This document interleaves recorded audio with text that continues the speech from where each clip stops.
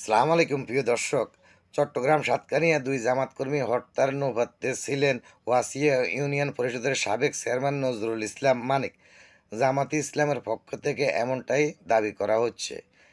আর এই নজরুল ইসলাম মানিক মনে করেন আওয়ামী লীগ ফ্যাসিস্ট আমলে 16 বছর নানান অপকর্মের মাধ্যমে শত শত কোটি টাকা কামিয়ে নিয়েছেন।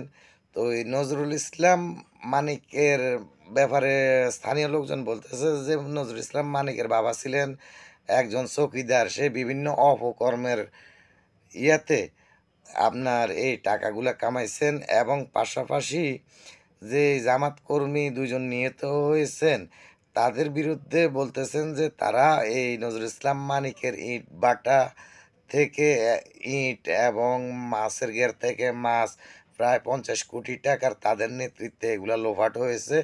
হয়তো এটাকে কেন্দ্র করেই এই খুনটা হতে পারে বলে স্থানীয়রা আপনার মনে করেন।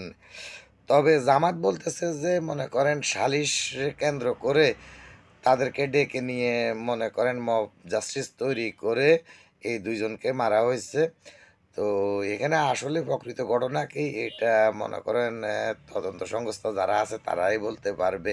তবে আমরা মনে করি মপ করে মনে করেন এরা কেন কোনো লোককেই মারা উচিত নয়, কারণ তারা যদি কোনো অপরাধ করিয়া থাকে তাহলে দেশে আইন কানুন আছে, মনে করেন শাস্তির আওতায় আনতে হবে।